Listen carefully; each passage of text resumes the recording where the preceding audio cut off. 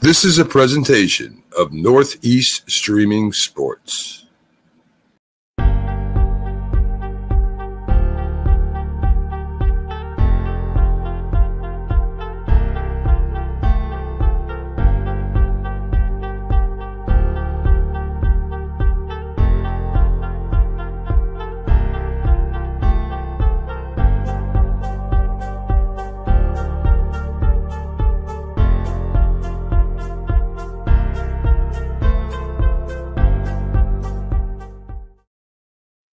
Good morning, everybody, and welcome to the Mac and Jack Show. I am the Philly sports guy filling in for Mac. Jack will be here a little bit, and of course, we have everything happening in the world of sports to talk about. We're going to have some people coming on a little bit later. Hopefully, everybody gets to show up. I am filling in for Mac while he is out this week, and we're going to get right to it because you guys haven't heard anything about what's been happening in the world of sports. They didn't have the show yesterday, but today is a different day. So baseball got started back up. Obviously, I'm not even going to touch a little bit on the All-Star game. They had a game. The AL won 3-2. The most exciting thing that happened there last night, on that day, was that they did not have a home run derby to decide who won the All-Star game, which I was really happy about because it was looking like that Major League Baseball was setting up specifically for that, where looked like a Schwarber, all he needed to do was hit that home run, tie it up, and next thing you know, we have a home run derby to decide the winner of the All-Star game. I mean, I guess in the grand scheme of things, for the All-Star game, it's not a big deal, but I don't want them to start to think that they could use that in regular season play. I just don't feel that that's really worth it. This is not hockey. We're not going to be doing shootouts or soccer where it's golden goals. But anyways, baseball did get started back up yesterday. I think that they used this day specifically to fill in some of the games that may have gotten rained out or what have you, which is what was the case for the Yankees Astros series. The Yankees played a doubleheader against the Astros. We're going to start off with that. And the Astros beat in game one in the day-night doubleheader 3-2. It was getting close, but they wound up getting a run. Uh, they score a run in the ninth inning to tie it up, the Yankees, and then as a walk-off singles, I'm going to kill this guy's name. Machovic, hits a single, and Bregman scores the winning run in the day portion of the day-night doubleheader. And in the night, the Astros win again. It's that's why they had it. Matchovic, he got the stories wrong on the set. Anyways, the Astros win 7-5. I did watch both of these games. Astros were winning 7-2 most of the game here. They did try to make a little bit of run. Aaron Judge hits his 34th home run, but yeah, the Yankees are still having problems with the Astros, and is what it is. That looks like it's the precursor to what could possibly be for the AL pennant to go into the World Series. It'll be interesting to see if the Yankees can continue to stay hot as they've been. They start off at the beginning of the second half of the season with a sweep of the doubleheader by the Astros. The Texas Rangers blank the Miami Marlins 8-0. And I tell you, being from Philly, obviously we know that the last series before the All-Star break, that the Phillies were able to take care of some business and get 3 wins against the Marlins in Miami, where Miami only scored 1 run on Friday. This is the third game in a row where the Marlins have been shut out. And they have fallen to 6 games back in the wild card. I just feel that they are not going to be able to compete anymore. That they are not making the cut, and they are probably likely going to be sellers rather than buyers when the trade deadline comes, which is only going to be here in a couple of weeks. The Tigers also had a doubleheader against the Oakland Athletics, where a whole 4 people may have watched this. The day the Tigers win 7-2, the night the Oakland Athletics win 5-0. And the only other game on the slate as of yesterday, the LA Dodgers hosted the San Francisco Giants, and the Dodgers take that one to the tune of 9-6 on a Mookie Betts home run. I believe in the 6th or 7th inning, which is what did them in. Actually, it was the 8th inning, and that's what did them in. It was a tied game. Mookie Betts kills it, and next thing you know, the Dodgers stay hot. I think they have the second best record, or maybe even the third best record in baseball. They might be tied with Houston right now. Again, just all chasing the Yankees for that top spot in Major League Baseball. Uh, who knows? We may have a redo of the World Series, where the trash can World Series, where the Astros won because they were getting the signs. You still had to hit the ball though. You know what I mean? So maybe they could have pitched a little differently or a little better. You still got to hit the ball. You don't matter if you know where the pitch is coming from or not. Other things that are happening. I mean, there's been a lot that's been going on in baseball. Obviously, we haven't spoken about on the Mac and Jack show the home run derby. The news in Philly. I'll talk a little bit about Philly. Was that Schwarber was robbed? That they missed a home run. They can't count over at Major League Baseball or at ESPN, and that he was robbed. And because of that, they did not go to a third or a second overtime where he was able to possibly beat Pujols. Truth of the matter was, I was happy he was out in the first round. I want my guy to be able to hit real home runs in real games, not in all-star games or in home run derbies. He did not change his swing, which was perfect for me. He was able to get into a groove towards the end. I feel like that, especially with these home run derbies, it has more to do with the pitcher than it does to do with the batter. So if the pitcher is able to do that, I feel that Rodriguez's pitcher, he didn't move a lot. He literally was just tossing the ball up there, and the ball was in the same spot over and over and over again. And that's why he was able to hit 32 home runs, 31 home runs. He was just crushing the ball left and right. And then obviously the pitcher got a little erratic when he went up against Soto. And that's why Soto was able to win. Soto, who was able to do like walk-offs in each one of his rounds here. He's like, we got, he got 17 home runs, we got 18. Yeah, he got 16 home runs, we got 17. We got 18 home runs, he got 17.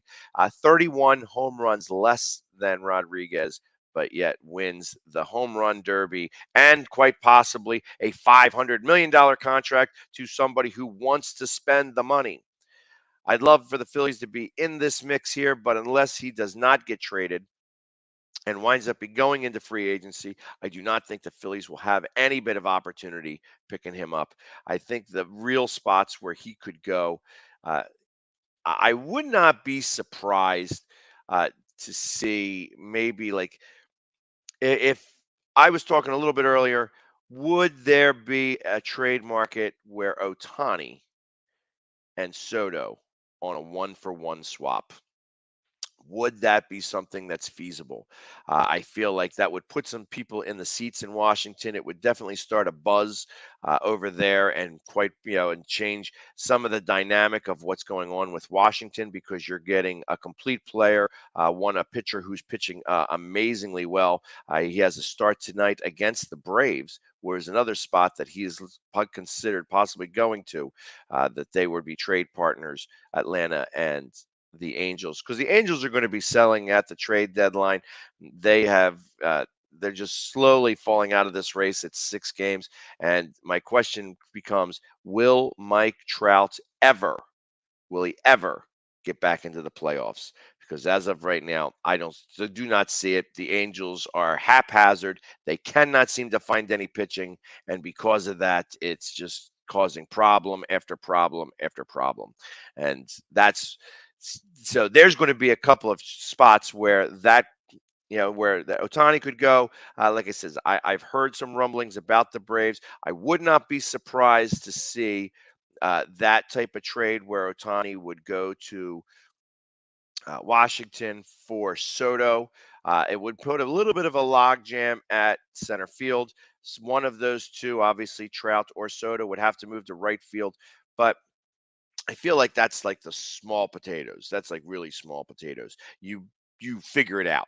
If you're going to have those two types of bats in the lineup, that's going to be a lot of money invested in two players. And what's the other team going? What's the other part of the team going to do? But it don't surprise me because the Angels are trying to do anything they can to spark something in their clubhouse.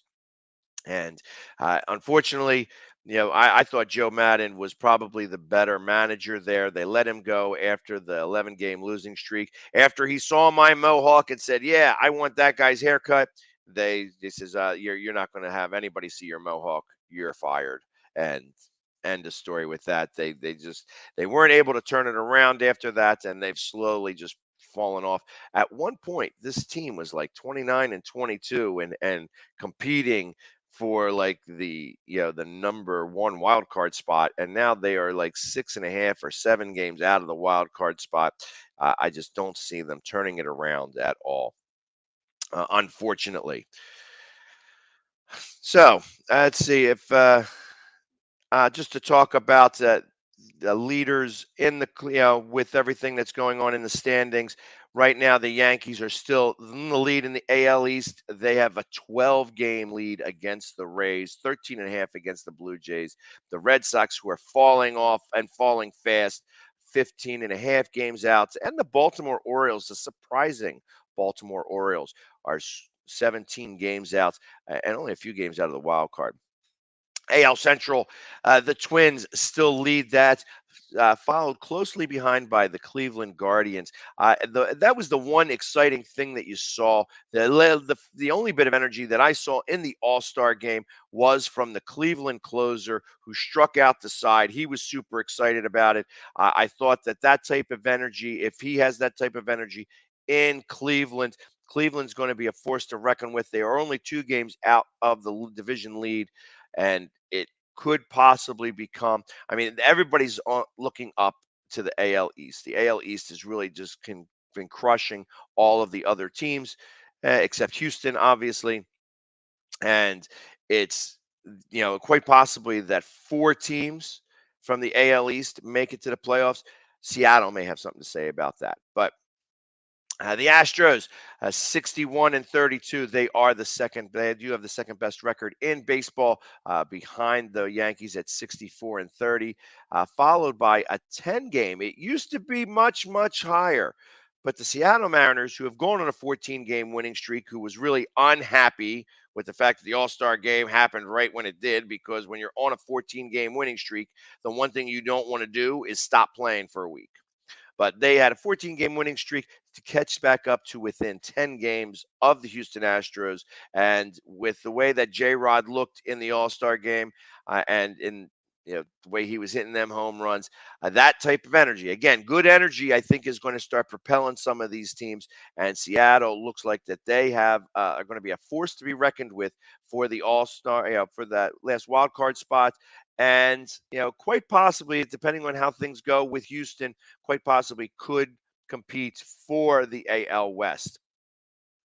In the National League, we have the Mets still holding a 2.5-game lead against the Braves. The Braves are definitely coming on strong.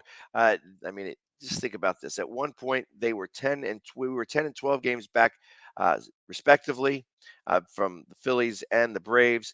And now it's only 2.5 games against the Mets. The Phillies are 8.5 games out. We're 6 games over 500. The Marlins fallen off track. Obviously, they're 14 and a half games back. We're 6 games under 500. And then the Nationals, who? Yeah, the Juan Soto's, he's the only one playing on that team, 27 and a half games back. Obviously, they're not going to be in contention. The Brewers and the Cardinals are having a battle here in the NL Central. The Brewers have a half a game lead against the Cardinals right now. The Cardinals are very haphazard. They go back and forth. I don't see them.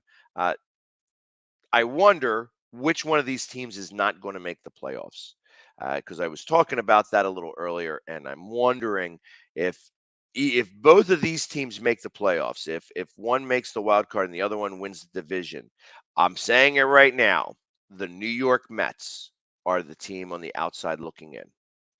I feel like the Mets, although they have some great pitching, they do not have the strength in the bats, and that's what's going to be cause. That's what's going to cause their demise. That they are, they did well winning those games in the beginning, but the tougher teams are hard. They had a very easy schedule in the beginning. They're not going to have it as easy towards the end, and they're going to wind up competing and possibly compete them way out of the playoffs. The Pirates are 11 games back, Cubs 14 and a half games back, and the Reds are 15 games back. Those guys are all going to be sellers at the trade deadline. The Cubs have a couple of people that might be worthwhile. I know that there is a couple of pitchers on the Reds that are good. The Pirates are an interesting team, and I'm not sure exactly what they're going to be able to do, but I'm sure that there's a player or two that somebody could pluck from there where they could get a nice little haul. The third best team in the league is on the NL West with the LA Dodgers, 61 and 30. The Padres, which were, they were keeping it close, but just cannot seem to do anything right anymore. They are at 52 and 42 and 10 and a half games back. The Giants, 13 and a half games back after the loss yesterday. The Rockies and the Diamondbacks, 19 and 21 and a half, respectively. I assume that they're both going to be sellers at the deadline. Right now in the wild card standings. So right now you have the Dodgers, the Mets, and the Brewers all are in the playoffs as the league, as their division leaders. You have the Braves that are holding a 6-game lead in the wild card standing. Padres have only a 2-game lead. Is it two and a half? I think it's only a 2-game lead.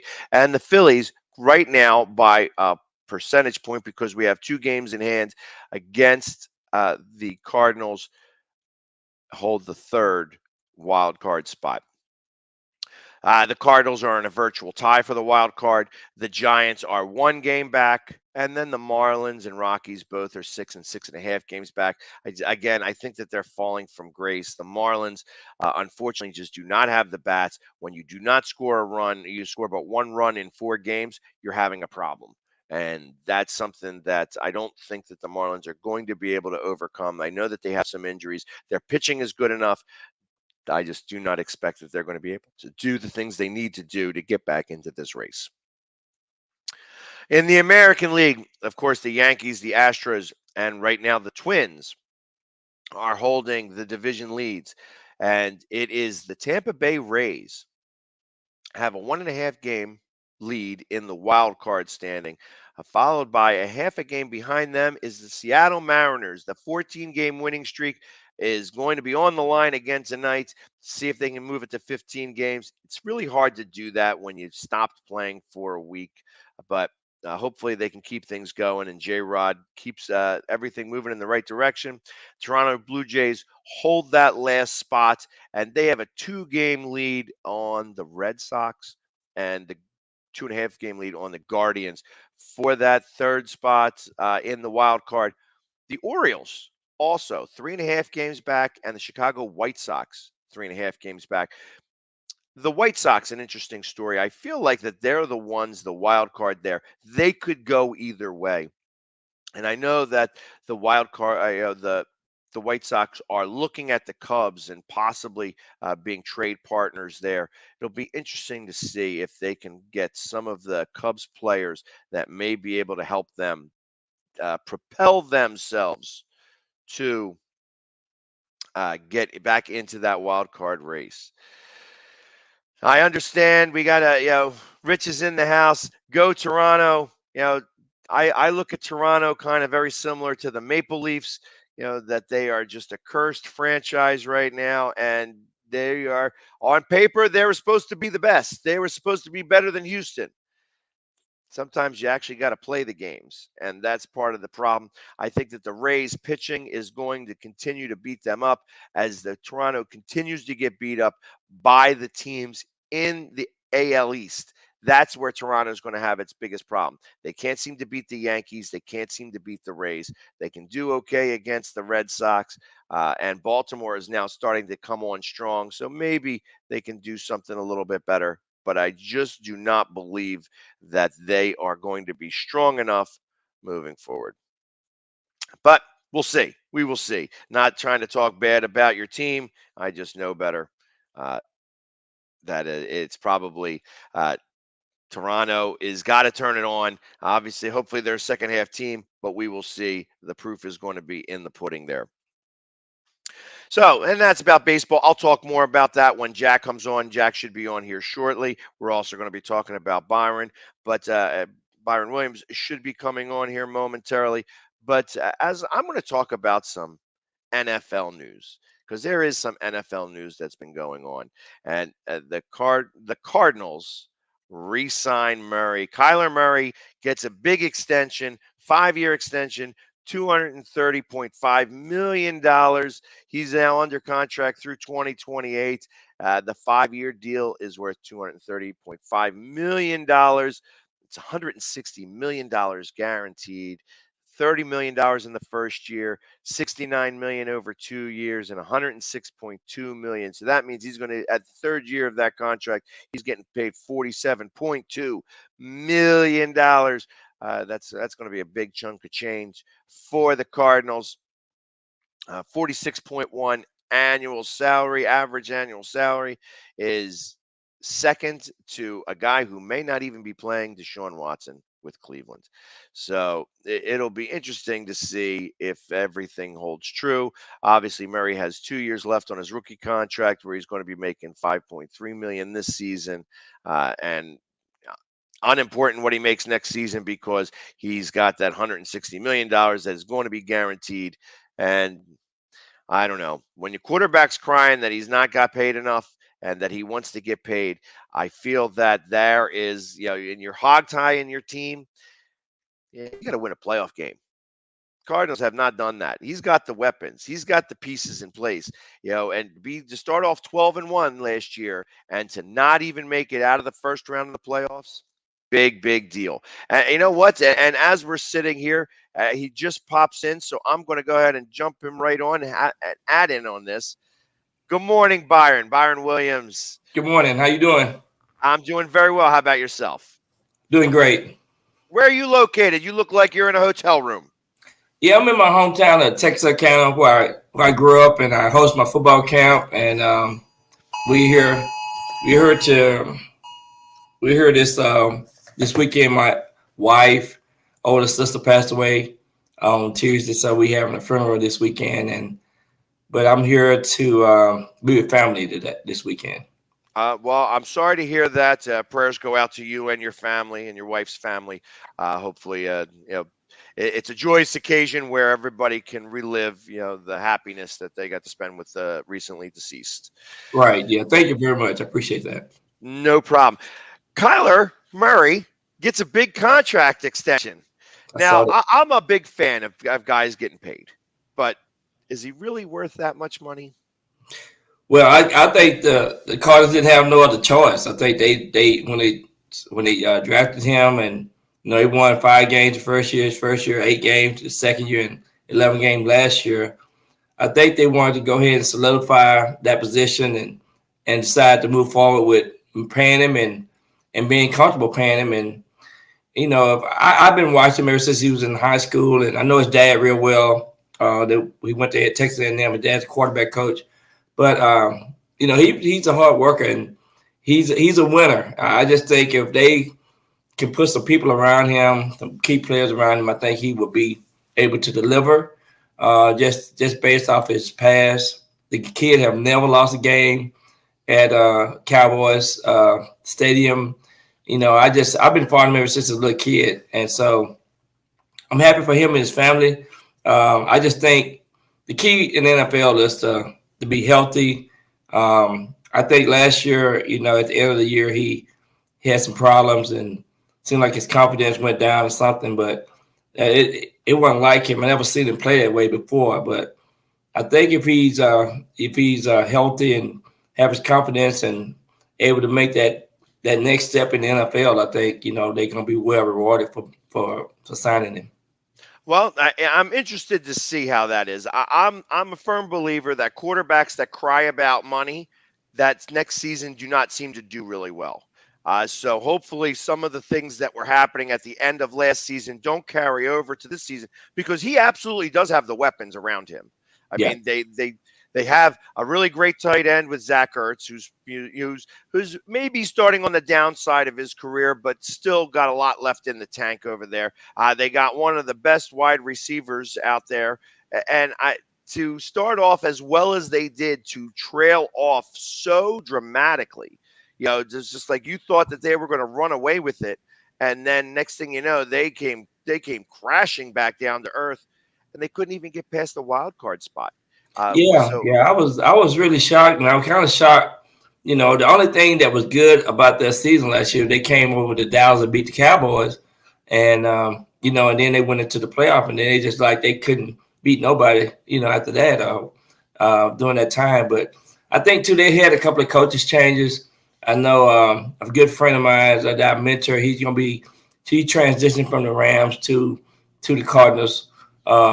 So he's gonna be coaching the defensive line. So maybe they have plugged in some good key people. I know that they lost a good defensive lineman to the Raiders, Chandler, and I know that they're going to have to find some key missing pieces as well. But in NFL is one thing about year to year with the free agency and all that. It's kind of hard to be back to back dominant. Be very competitive, but it is a competitive league. But the quarterback position is the key, I think, and if he can, if Kyler can position himself to be successful, then I think the Arizona Cardinals can do well. Well, maybe they could petition the NFL to play in Dallas for all their road games, because he seems to do great in that stadium, but it's every other stadium that he needs to do just as well in. And we'll see. I mean, obviously, I like the young man got paid. So the money, he's never going to have to worry about feeding his family. Absolutely. Now is able. So if that was a thought process, like, hey, I'm not making enough. He was only going to be making $5.4 million this year. So he wound up, now that's no longer a thought process. He's 46 plus now. Exactly. So is he worth the second best quarterback in the league? I can't necessarily agree with that, but we'll see. Obviously, only time will tell on whether if it really pays off for the Cardinals. The Rams got their rings yesterday. Yeah, they got their rings. They are nice. Did you like them? Well, I just think a lot of bling, but I guess that it's kind of hard to say. These rings looking more like Super Bowl rings, or they looking more like, I don't know, fashionable items or something. I don't know. First off, I'm not a big fan of the let's take off the top part of the ring, that they are separated. Right. That you could take the top part off. So there was a couple of things that struck me about this. One, that, you're able to show that they got the stadium in the ring. All right, that's they're taking a step from the Braves. The Braves did that this year, so their rings had all those ridiculousness and whatever.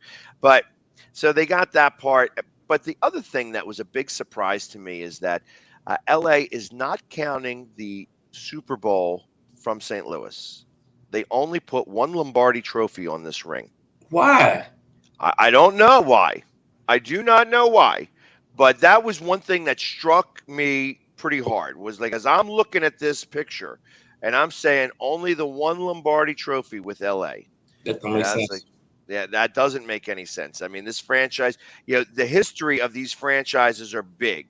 Right. When I think about championships that the Eagles have won, we won one Super Bowl, but we've won 4 championships. The Giants have won 8 championships, 4 Super Bowls, 4 championships. Right. That history is important. You can only know how you've gotten there from where you've been. Absolutely.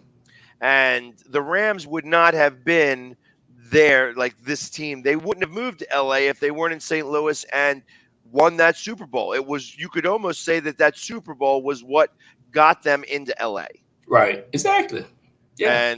And the fact that they've decided to not show anything that happened in St. Louis, that the only one Lombardi trophy on the ring.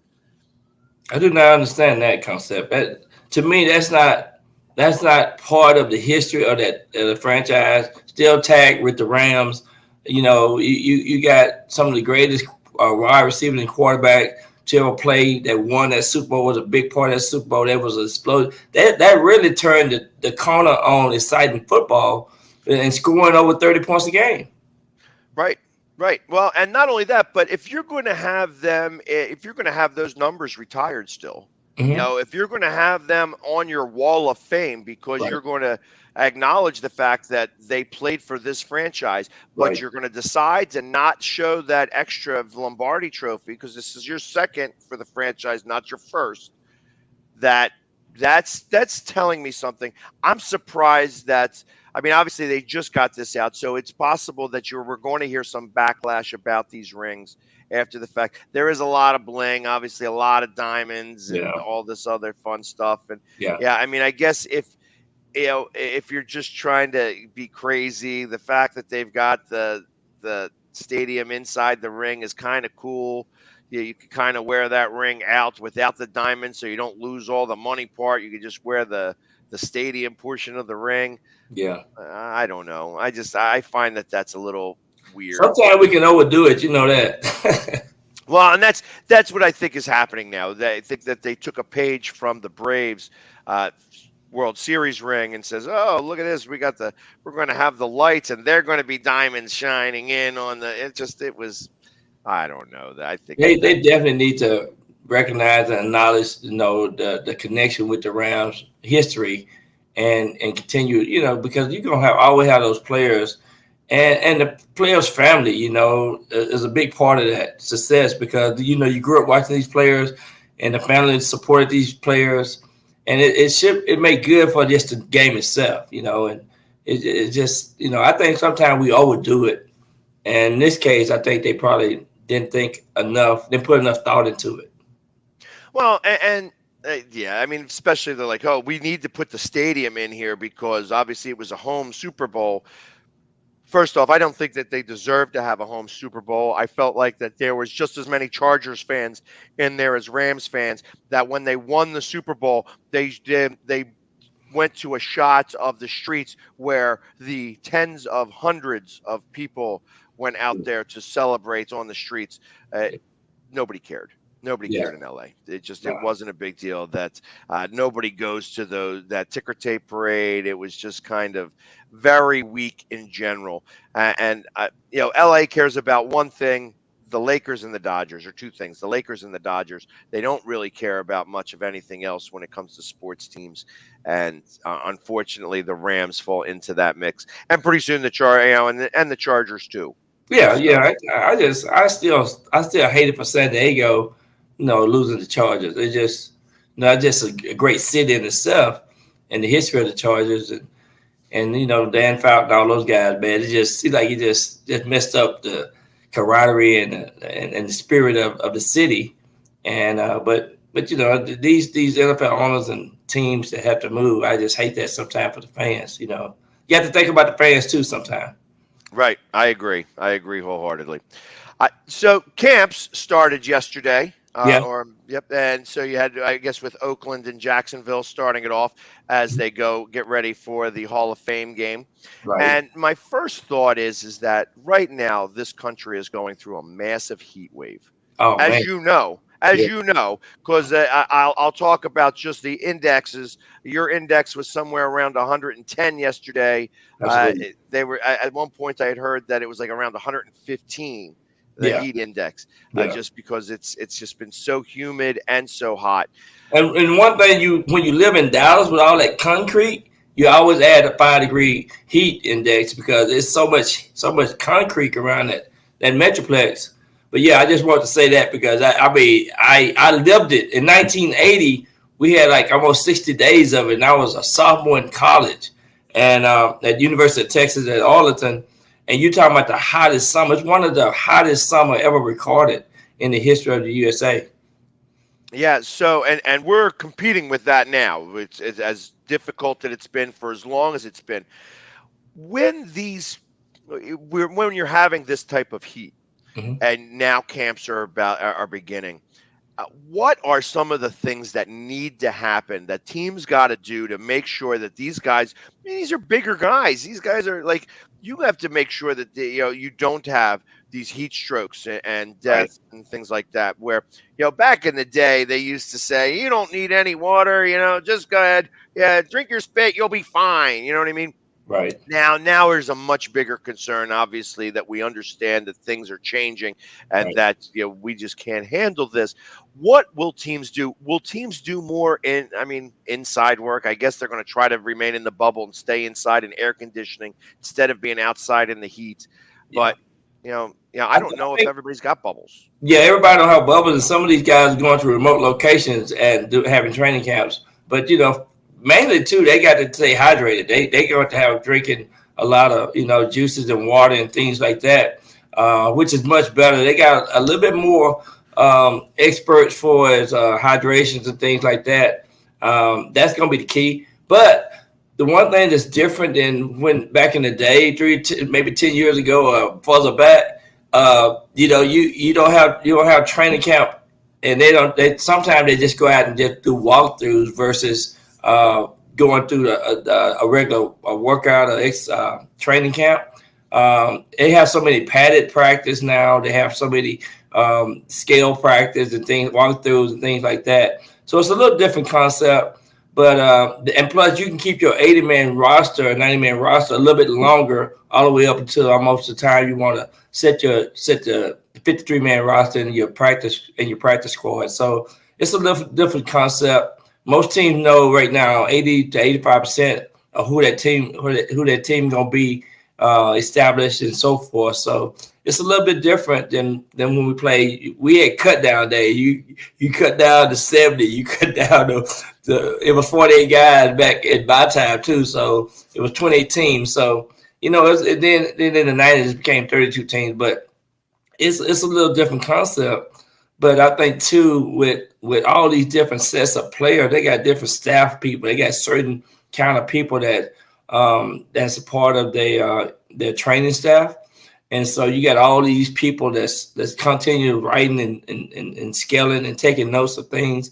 So it's a whole different game, man. It's just it's modernized. It's really seems like it's fun, but players know they kind of know what they need to do for us getting there and what they need to do for us eating. And then they have these nutritional shakes and things that we didn't eat. We ate food. We went to the training table. We ate a lot of food and so forth. So it was a little different concept.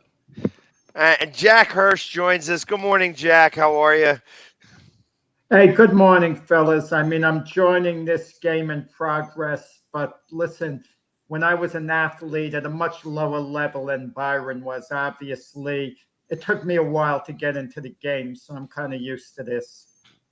Gotcha. Well, we'll be able to fill you in really quick. I'm sure that you're like the rest of the country and feeling a little bit of the heat wave that's coming through the entire country. And with camps starting to open up, we're just talking about what some of the teams would have to do to be able to make sure that they don't have guys just falling out from heat stroke and things of that nature. I don't know that Jacksonville has like a bubble to work with. I would think that the Raiders probably have more so because they could actually have practice in the stadium rather than that, and that will stay air conditioned because it's hot in Vegas all the time. Yeah. But as camps are beginning to start here, I mean the thought of two-a-days is no longer even a statement anymore. You weren't considered tough back in the day if you couldn't do two-a-days. The modern athlete, the modern NFL player would complain to the union. The union would put a stop to it. I mean, think it wasn't only the heat. Remember the legendary Viking coach Bud Grant, who took the Vikings to 4 Super Bowls? No, they were the equivalent of the Bills. They didn't quite go to 4 in a row, but they went to 4, never won one. In the bitter cold of Minnesota, he wouldn't allow hand warmers during the game. I mean, how is that making your wide receivers any better? I'd want them to have the hand warmers, keep as warm as they can for when they got out there. But there was a certain toughness in the mentality back in the day. I mean, I didn't like it. You wouldn't allow the players to have water. I mean, that would be criminal today. Yeah, absolutely. Yeah. So the difference between obviously, teams of yesteryear where I know when Dick Vermeil came to the Eagles, and obviously he's going into the Hall of Fame this year, and I'm bringing him up specifically. He started camp in like late June. And obviously there wasn't any rules that dictated when you could start camp, when you could do things. And he was starting right away. Hey, listen, we're going to do 2 a days. We're going to change the culture here by work. Now the NFL regulates this. How is it that teams can break the culture of losing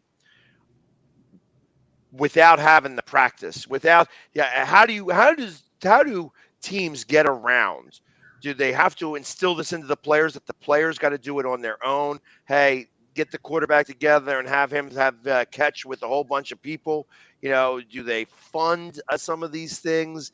Is it, how do teams get around this now? Because obviously, bad teams want to get better, but they can't practice more because now they're forced to only practice when the NFL says they can. Right. I think that was the whole concept of having OTAs and having people to come in and get the timing down in the off season and year-round training, because now you have to train year-round, and these players know that. And I think too, it's the chemistry of and the maturity of the players, but it's the timing. Like the skill set players have to have their timing down in order to make the excitement of the game. So it's a little bit different. It's a little bit different concept. I think the linemen are doing more lifting and more physical activities and things like that. So I just think it's a different concept. But the team that does the most in the off season, I think, going to be the team that's going to have the advantage once the season starts. But isn't there a way, especially Byron, if you're a playoff caliber team, and you come into camp gung-ho, the players working out together in the off-season, that's what you like. You like the camaraderie. But it's a long grind, the NFL season, and we've seen teams go stale at the end of the year. Right. You just kind of lose it because you can only keep up your enthusiasm for so long. Obviously, you always want to win, but finally you could hit a wall late in the season. And the teams that came into camp a little lackadaisical, but then picked it up as the year went along, it's known as peaking. They could be a lot better off. Like the team you picked to win it last year, and I can't help but stick it to the Arizona Cardinals, got off to a great start for most of the year. Good part of the year, they looked like they were trending perhaps towards the Super Bowl like you predicted. Right. And then they just hit a wall completely. Have you ever been on a team like that just started so everything was so good in the beginning? The camaraderie was great. They just peaked too early. Yeah, and you're absolutely right. I think too, the injuries and some of the muscles pulled, the hamstring pulled, which take a lot of players out. The shoulder injuries, and now you got the concussion protocol things as well. So those things is a big factor on the success of the teams. And then if your second player or your third place player can come in and fill those gaps, but it's really a big grind. Now they added an extra week, and then you got a bye week in there. But it's a long season, and the team that's in the best shape. Now you see some of these players coming in, they got quad injuries and hamstring injuries, and it's a special deal to keep these players healthy throughout that long period of time. Well, and I look at this like, being in Arizona where it's hot all of the time, and does that seem to affect these players somewhere? Like they're dealing with this in the summer. Obviously, all these teams are going to wind up dealing with this heat right now. That even if you're inside, like my house, I have air conditioning going all the time, but my house is still 75 degrees with the window units working full blast, full time. How is it that does it seem to work against them because they're dealing with the heat all of the time and it never seems to end in comparison to Green Bay where it starts to get cold in September? Yeah, I just think one of the things that I think for being in the National Football League, your players seem to adopt pretty quickly, and they tend to be majority of them is already in shape, right? So it's year round type deal because of the physical, because they have to stay physically fit all the time. So I'm thinking that majority of the players they got the mindset, and then the majority of your players know the speed of the game. I think once you get the concept of all that. And then you have your schedule and you have certain things in front of you all the time. And a lot of time these guys have to report to the position coach or the trainer to make sure that everything's on top. But most of these guys stay on top of their bodies. A lot of guys get massages throughout the weeks and things like that. So it's a whole different concept. And so I hate to talk about massages, but Come on, Byron. Come on. I had to break a smile there. That's what these guys get. I mean, that's what they get now. So, hey, I'm just telling you the facts. You know what? You mentioned back to the weather exactly. I've always had this opinion, but it's been laughed off. I think the very cold weather cities like a Green Bay, the NFL should set up the schedule where Green Bay plays all their home games the first half of the schedule. And the second half, it's the warmer weather climates they go to. And I think a team like Miami and Tampa should be basically at home the second half of the schedule, like all the games. I mean, I know you can't avoid a bad weather scenario in the playoffs. If a team has home field advantage and it's brutal weather, you have to deal with it. But you could arrange your schedule based on the climate of the city. And I don't think the NFL really takes that into consideration much. Yeah, they don't. They have to get the schedule fixed. But if you stop to think about it, look at the cities that's been successful. You got Buffalo, you got the Patriots, you have Cincinnati. Of course, you just said Green Bay. So those teams up there in the northern part of the United States, they've been having a lot of success for us. For us going into the playoffs and the way they've been playing the game here in the last 5 or 6 years. It's even in the heat. Years ago, a buddy of mine with season ticket holders, the expensive season ticket holders, he invited me. We went to Tampa Bay to see the Lions play the Buccaneers. It was so hot during the game. We went into the club room where it was air conditioned and watched on TV in the second half. I'm ashamed to say it. And I couldn't comprehend how the guys could be out there playing in that September heat at Tampa Bay. The heat and humidity, it was unbearable. Yeah. And that's another thing. When you go to Miami and Tampa Bay and you play those teams, you better be ready for that second half. That second half can make a difference in the outcome of the game. Well, and I'll tell you, I had a very similar circumstance where the first time that I was in Tampa Bay, it was the hottest day of the year, and it was in October. And at game time around the field, it was like 110 degrees. And, I of course, I was painted up at the time. It was probably the first time they showed me on TV because they said, look at the Eagles fans melting in the sun. And you saw the green sweat coming down and like dripping off of my face. And that game was more well known for the kicker who kicked a 63-yard field goal to win the game. Who missed the third gate. Bryant kicked the 63-yard field goal to win the game as the Eagles came back from losing most of the game, and then the very end of the game, a walk-off 63-yarder. Wow.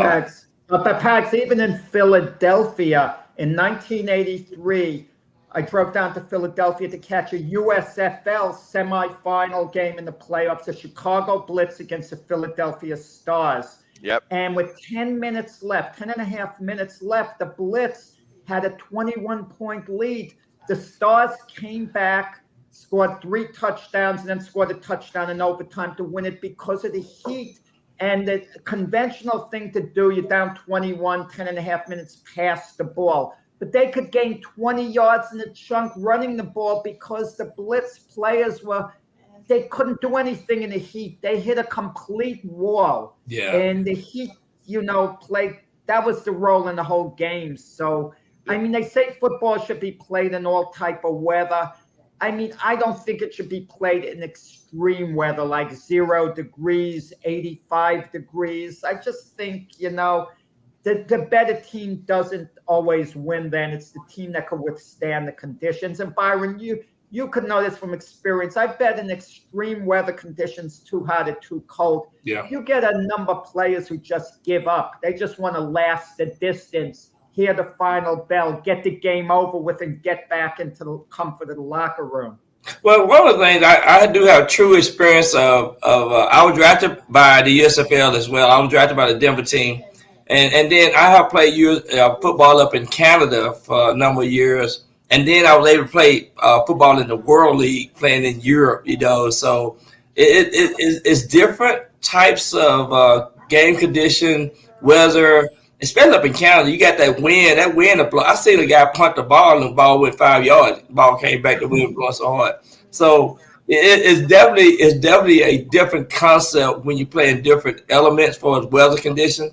So, yeah, you're absolutely right. But it was fun to play it all over. Wait. You played in that game when Sean Landeta punted the ball and whiffed on the ball in the playoff game. I played in that. Yeah, it was against the Chicago Bears. I was on that team, and the ball went from here to there and hit the ground, and they picked up and ran it in. That changed the momentum of the game. It was 0-0 up until that point. Yeah, that's probably one of Sean Landeta's finest moments. As he was around forever. Sean Landeta, he was a Philadelphia Star too, as you're talking about that. Oh, so. Yeah, exactly. Wow, I remember Sean Landeta got in trouble with Bill Parcells too. He was supposed to be at practice. He was out there selling his tickets at Byron, not only Sean Landeta, Philadelphia, so Bart Oates was on that team too. That game in the U.S. Yep. Bart Oates was on that team too. Sam Mills. As you were talking about Chicago, that Chicago game, Kelvin Bryant went off in that fourth quarter. I think he had 100 yards just alone in that fourth quarter. Because I remember that team, Chuck Fusina, and it was the coach, Mora. It propelled him into the NFL. It was just, you talk about a great league for as short as it was. It's a shame that they changed. They tried to compete with the NFL instead of being able to just operate on their own and, eventually maybe taking over for the NFL or doing, because they were having a lot of money. It's interesting because I feel like the LIV and the PGA are about to go through something very, very similar in this. Exactly. Couple of other quick things beforehand. So it being All-Star Week in baseball, it makes me think about the football All-Star game. And I got to imagine that right now the NFL competition committee is trying to figure out something that's going to garner a little bit of interest back in the All-Star game, that they just can't seem to figure it out. And my question is, because you're a little bit more in tune with some of this stuff, is that right now, I was just watching the championships, the flag football championships that were happened where USA was playing against Mexico, and both the men's and then the women's they were playing against somebody else. But the NFL is championing a thing to try to get flag football into the Olympics. Right. Yeah. Any thought on possibly changing the All-Star game or the Pro Bowl game to more of a flag football? Maybe doing the same thing that hockey did, where they switch it up, create 4 teams, play flag football, and kind of do it that way rather than the touch football with pads on that they have currently?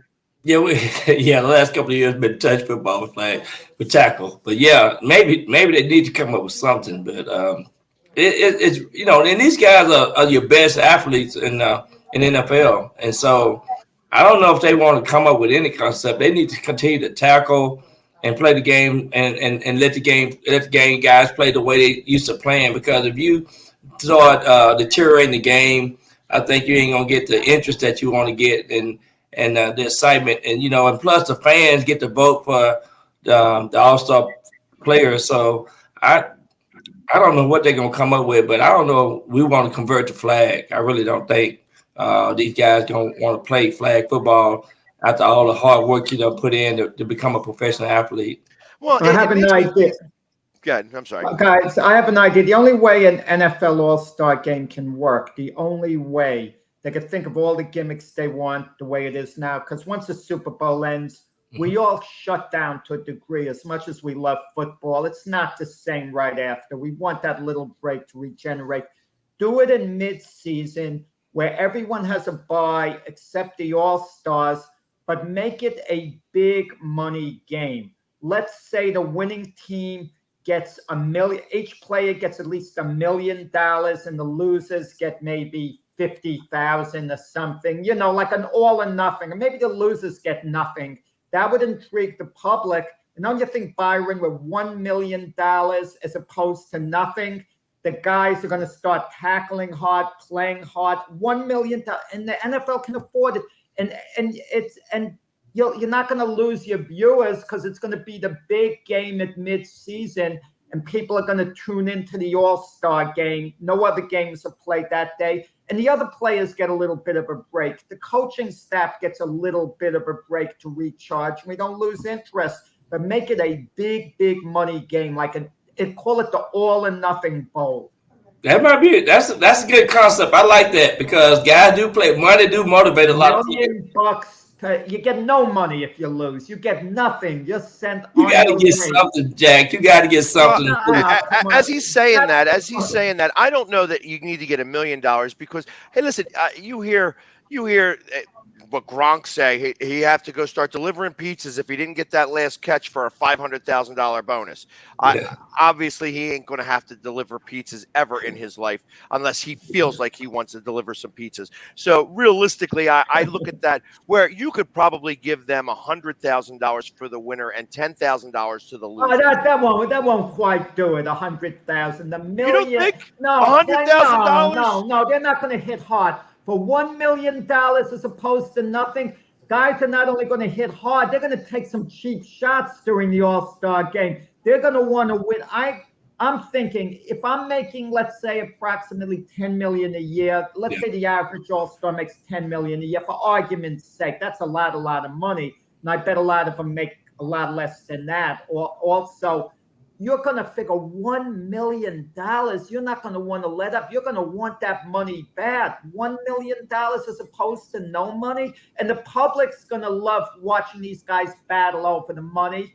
And the guys who lose, who get nothing, are going to be upset, but it's going to add intrigue to the game. The only danger is, Byron and Pags, if late in the game, one team's far ahead, the team that knows they're not going to get any money, some guys might not want to go back in. They might shut down, who knows what might go on. But at least there's going to be interest in the game. The all or nothing bowl. So I'm going to say 500,000 then. You said $1 million. No, $1 million sounds magic to the public. $1 million as opposed to winner take all. Well, I think you could say $25 million, the $25 million purse to the winning team. There's 53 players. They split the $25 million. That number sounds good. That sounds good. You got to have something that's sound. You want them playing hard like it was a regular season game. Well, and let me go a step further. I have a new rule in there. Any guy voted to the All-Star game has to take off the following week. He has to be given a bye, meaning his team can't use him the week after the All-Star game. Who's going to want to do that? That won't work. That will not work. No, because everybody trying to prepare themselves for the Super Bowl, and I don't think leaving your superstars out of these games ain't gonna keep them out. It evens out. All the superstars are going to be left out the following week.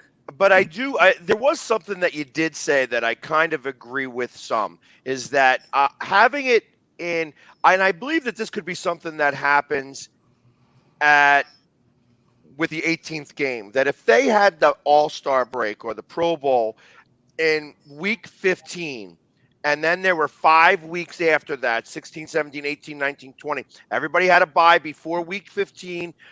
Only all the Pro Bowl players go to the Pro Bowl for week 15, and then everybody goes back, and they got 5 weeks left to finish out the season to get to week 20. Again, this is an 18-game season, not a 17-game season.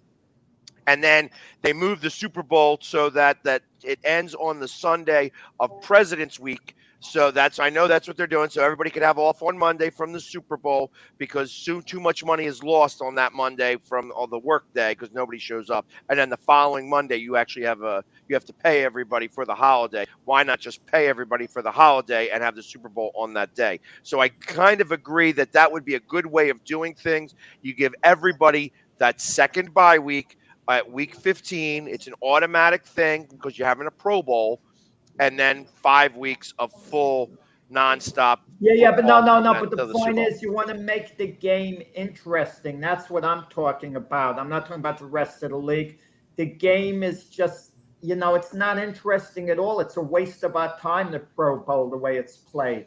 Yeah. Same thing, all All-Star games that way. The NBA isn't a real game. It's just a bunch of three-point shooting for the most part.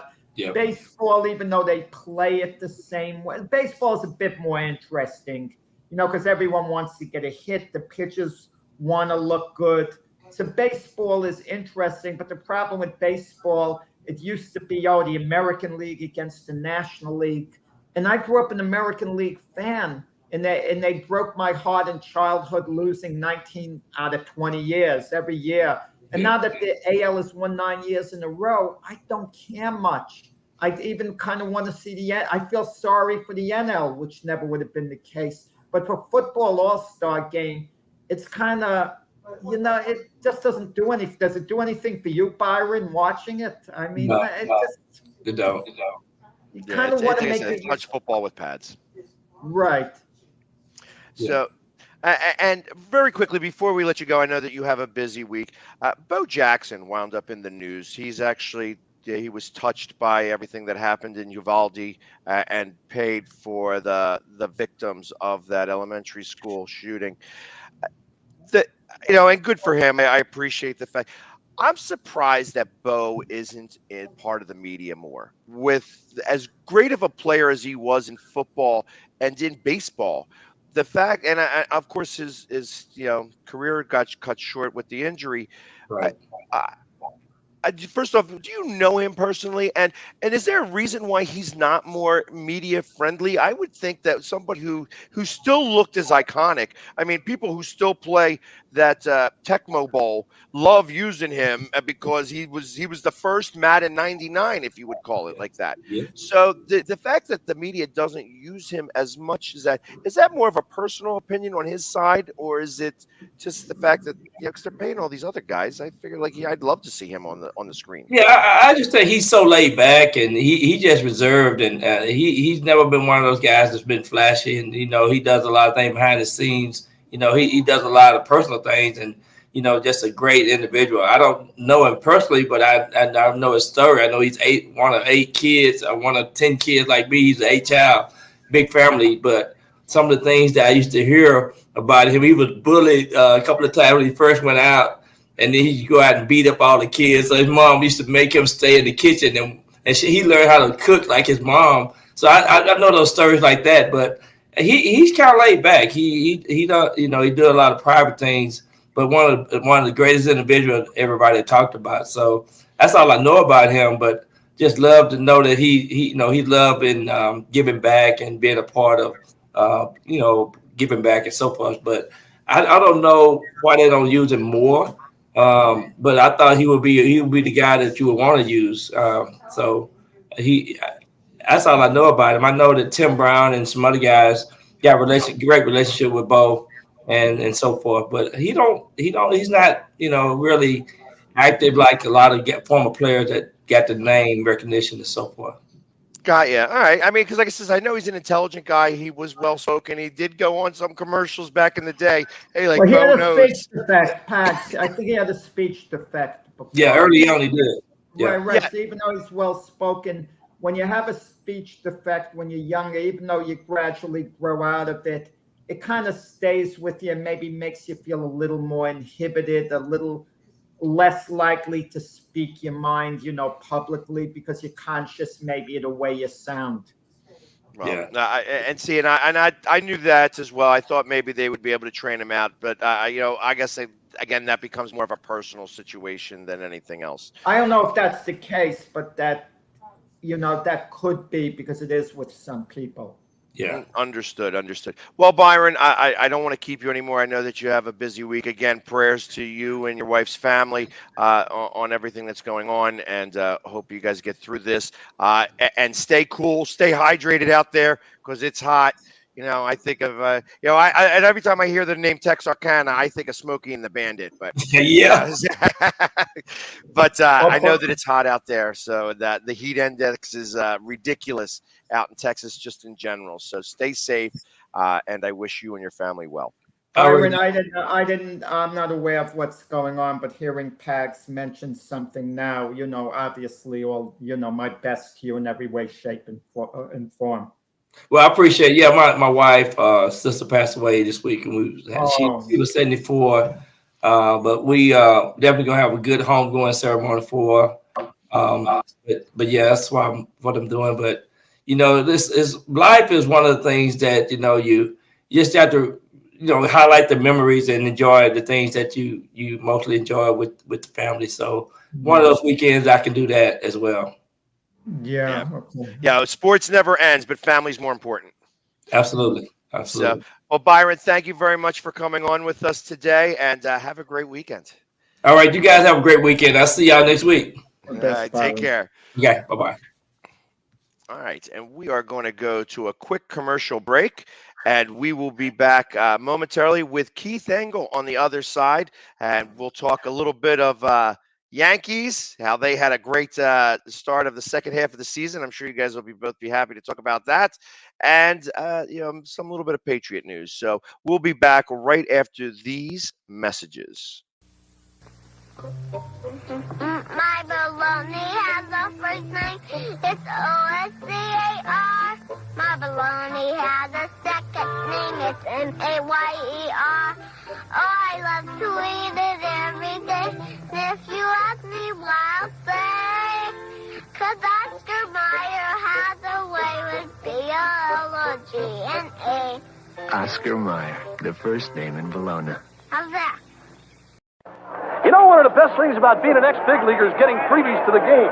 Call the front office, bingo. And once these fans recognize me, I probably won't even have to pay for my light beer from Miller. Down it! I love them. These fans know I drink light because it's less filling and it tastes great. Good seats, huh? You're in the wrong seat, buddy. Come on. Oh, I must be in the front row. Come on. Light beer from Miller. Everything you always wanted in a beer and less. Good seats, hey, buddy. He missed the tag. He missed the tag.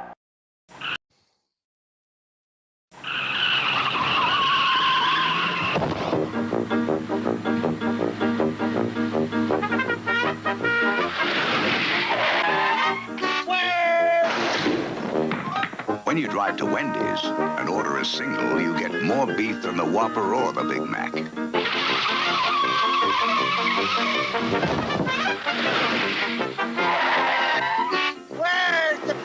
At Wendy's, you never have to ask, where's the beef?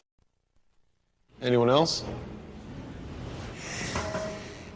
My name is David, and in 8 years, I'll be an alcoholic. Hi, David. I'll start drinking in middle school, just at parties. But my parents won't start talking to me about it till high school. And by then, I'll already be in some trouble. Kids who drink before age 15 are 5 times more likely to have alcohol problems when they're adults. The thing is, my parents won't even see it coming. So start talking. Who's next? Before they start drinking. Supporting the needs of our veterans.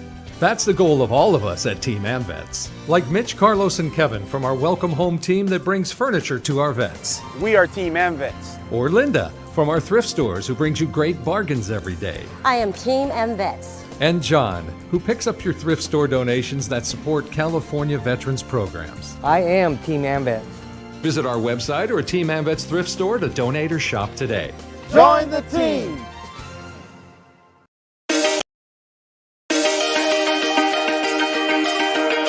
The Hometown Foundation is excited to bring back the Dream Ride experience, August 26th to the 28th at Connecticut's Farmington Polo Club. Join us in celebrating the accomplishments of our Dream Riders while enjoying live music, a car and motorcycle show, family fun zone, pet adoptions, canine demonstrations, the Fireman's Chili Cook-Off, and much, much more.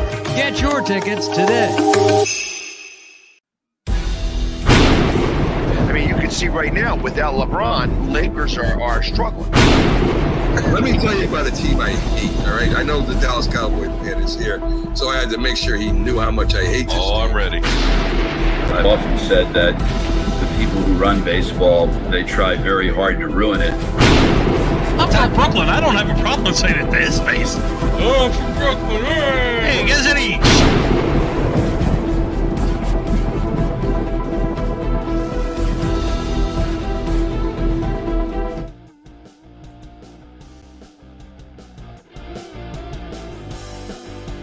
And we are back. And just we get, like I said, as we came back today, we have Keith Engel joining us from TGI Sports, and also started up where him and I have been taking the reins at 6 o'clock in the morning. Getting me up early out of bed is not the easiest thing in the world to do, but Keith seems to do it every day. Good morning, Keith. How are you? I get you up every morning. Let's not leave any weird assumptions here on this show. No weird. I actually am in Philly. He's not. So he's not getting me up any other way other than I set my alarm clock. Thank you for clarifying. Keith, we were talking a little bit earlier, but now that we got Jack on here, who's going to, I'm sure, have a lot to say. Jack, how are you? After doubleheader loss, not too good. But yeah, I know. I'll be quiet for a while. So obviously, Judge doesn't stop hitting the ball, but everybody else with the Yankees just didn't seem to put it together. And right now, the Astros are still a thorn in the Yankees' side. Is this something? Is what Aaron Boone said true, that come playoff time, the Yankees will be ready for the Astros? Well, what he said was the regular season doesn't matter, and what matters is the postseason, whether we win or lose there. Right now, I cannot say the Yankees are ready for the Astros. They have an Astros problem, whether it's mental or more. They need to be able to hit with runners in scoring position better than they do today, and they've done historically with this team as it's constituted right now. And there's some moves that got to be made. As I said to you earlier, Pags, I don't care if this team wins 116 games. I don't care if they win 109. They need to win 12 in October and November, and that's all that matters. So they need to make some changes, or they will not beat the Astros in the fall. And no more games against the Astros either. Well, Keith, 1 year ago, you were kind of critical of Brian Cashman, but then you gave him some kudos when he got, Rizzo and Gallo, at the trade deadline. You've been quiet this season, and understandably so, with the tear that the Yankees went on. How are you going to criticize Brian Cashman? But this team, in a way, is reminding me of the Seattle Mariner team of 2001, even though I don't think they're going to win 116 games. They even come close to that. Yeah. I think the Yankees might win over 100, but they're going to slow down. But Seattle didn't make any real moves at the trading deadline that year because they're winning. Is that the worst thing that could be happening to the Yankees if they lost a doubleheader yesterday, but if they resume winning, there's not going to be urgency at the trade deadline. I mean, no, but tell me, what do you think? The issues.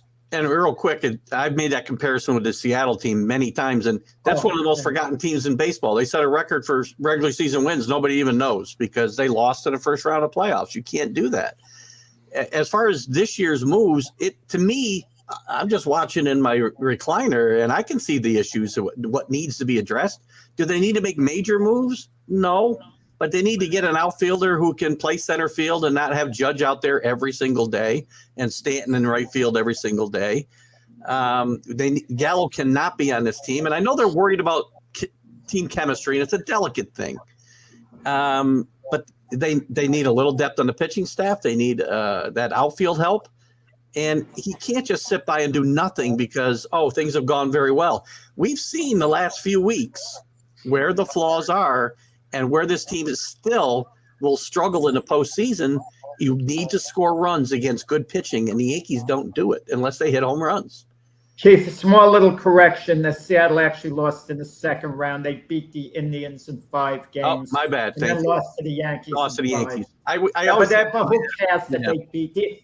Yeah, but the bottom line is, I mean, with this Yankee team, like you're saying, it kind of reminds you a little bit of that Seattle team. I mean, and people aren't going to remember this Yankee team too fondly. Let's say they win 110 games. For argument's sake, people aren't going to remember this Yankee team too fondly if they don't at least go to the World Series, bare minimum. Yeah, I guess the difference between these two teams is the Yankees will be remembered, but not fondly, as you just said.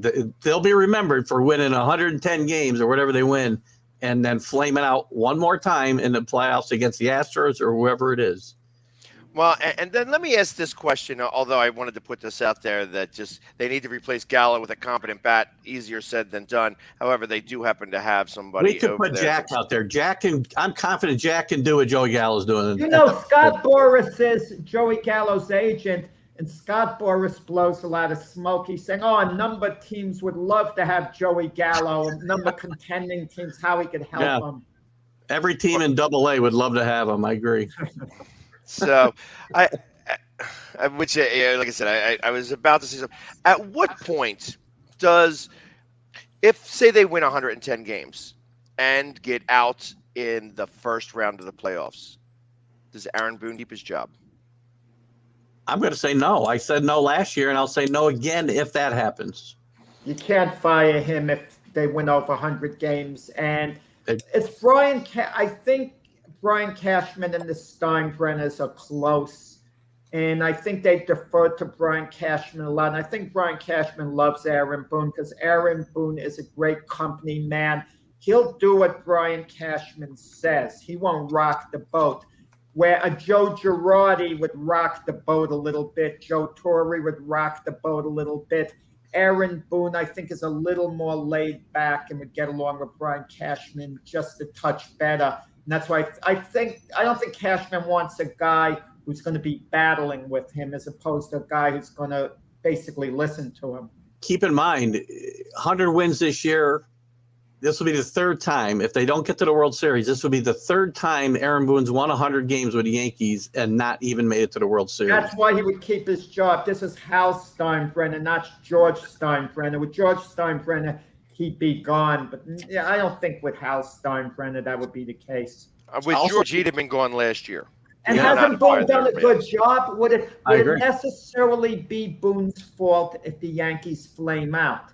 I mean, what more? You'd have to point to moves that Boone made that hurt the team. Not always. I mean, look at Montoya got fired in Tampa Bay, or I'm sorry, Toronto. But they were playing poor. They were underachieving. I think they should have stayed the course with Charlie Montoya. But I can at least understand that because they were underachieving. Well, the Yankees theoretically would be underachieving in October for the 5th straight time under Aaron Boone if this were to happen. Okay, let me throw this at you guys. You answer this one first. Dave Roberts, if the Dodgers get eliminated in the first round of the playoffs, and let's say the Dodgers won 106 games last year, they win 105 this year, 105 games, and they get eliminated in the first round. Is Dave Roberts' job in jeopardy, or should it be? He's got a World Series ring. No difference. It's a big difference, and he's been there a couple times too. Aaron Boone has yet. This is his 5th season, 200-win seasons already, and not one World Series appearance. And let me go this by Keith. And don't let Brian Cashman tell you one more time that, it's only because of the Astros that we don't have a World Series championship. Sorry. Let's say the Astros overtake the Yankees for the best record, but the Yankees beat them in the playoffs. Should Dusty Baker lose his job? He might. I mean, Dusty's lost his job in that type of situation a couple of times. So, Man, Keith would be a tough owner, Keith. I don't know what I want to play for you. Listen, I love Dusty Baker. I don't think Dusty Baker should lose his job. You asked me, will he? That's a different. Well, I think he should. No, I don't think he should. Aaron Boone's a little different story for me. I love Aaron Boone, but I've been so tired over the years of listening to him make excuses for guys playing bad fundamental baseball, and instead of kicking them in the butt and getting them, on the right page. He just makes excuses in his post-game conferences consistently. But that's my problem. And by the way, Brian Cashman, if I'm not mistaken, his contract, he's a free agent himself after this year. Interesting situation to keep an eye on. I think the Yankees sign him for an extension for at least 3 years. They Well, may. I mean, is it contingent? Is it contingent on how they do this year? Listen, I know it's a different regime with Hal instead of George, but at some point, this team hasn't been to a World Series since 2009. They haven't won a World Series in nearly 20 years. Well, 2009. I'm sorry. You're right. I'm sorry. I meant before that. So they won. I meant to say they won one World Series since 2000. The Marlins have won more World Series than the Yankees, or as many World Series as the Yankees in that time. No, the Marlins won in 97 and 2003, so the Marlins have won only once since that time. No, they won one. I said they won that same number. I correct myself. But listen, but the point is, I'll look at it another way, Keith Pax. The Yankees have not had a losing record since the early 1990s.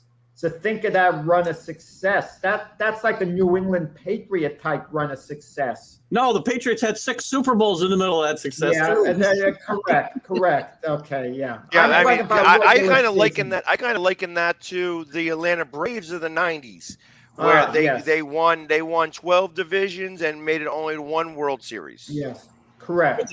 Was that a great team? No, they weren't. I mean, they were a great team in the fact that they won 12 straight division titles. What was it, Pegs? 12 or 14? It might have been.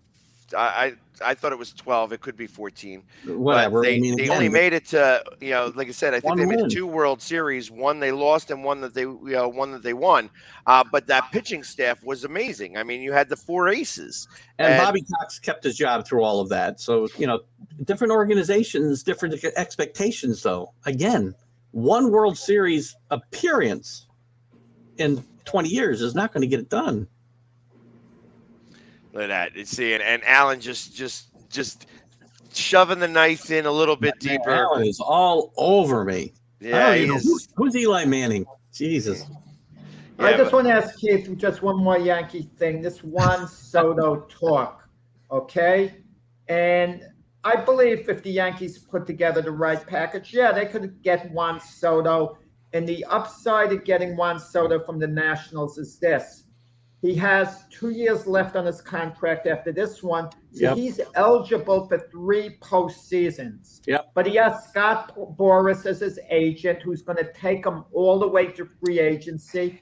And chances are you're not going to want to sign him because the money is going to be crazy, ridiculous. And if they're not offering anywhere near that to Aaron Judge right now, I don't see it being Soto. So you trade your prize prospect Anthony Volpe, who could be the next Derek Jeter by all reports, for a Juan Soto, because you will have him for 3 postseasons. Do you go all in? That's like the equivalent of an all-out blitz. I wouldn't do it. You do it.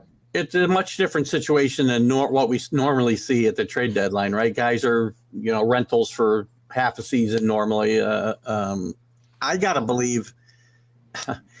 Here's the thing, and you're right. The key here is Boras, and he's likely to take him all the way to free agency. So if I can't come to a contract agreement with him before the trade, I don't just sell the farm to get him. No. And that's what it's going to take, because the Nationals are going to get much, much more than they would have got in a different situation, because he's eligible for 3 postseasons after that. Then they lose Aaron Judge for sure, because if he turned down $440 million for 15 years, it averaged out to a little over $29 a year. But let's say the Yankees give him a 15-year deal for $35 million a year. What the heck is it going to take to sign Judge? Judge is going to, definitely test free agency at that point, and then they probably lose him for sure. Well, he's going to test free agency either way now. We've reached that point. Nothing's going to happen before free agency, and it's going to cost the Yankees a bundle no matter what. I do not want Juan Soto at the price of Aaron Judge and my farm system, because it's going to take Morton Volpe to get him. It's going to take him, Peraza, maybe Dominguez, and a player. Gleyber Torres, somebody, you know. And they have to get right what Alan points out, Patrick Corbin. And years ago, the Yankees tried to sign Patrick Corbin as a free agent, but they didn't want to give him a 6-year deal. They were willing to give him 5 years. The Nationals were willing to give him the 6th year. So the Yankees didn't make that deal because they figured what he might be at the back end of that contract. So why would the Yankees want to take the back end of the contract now that they know for sure he's not that good at the back end? And not get any of the benefit of the front end, right? Yeah, front end, good point. Right. I mean, that's really – and again, the Nationals probably are going to try to pawn Corbin off on whoever takes Soto for sure. And Pags and I think we talked about it this morning.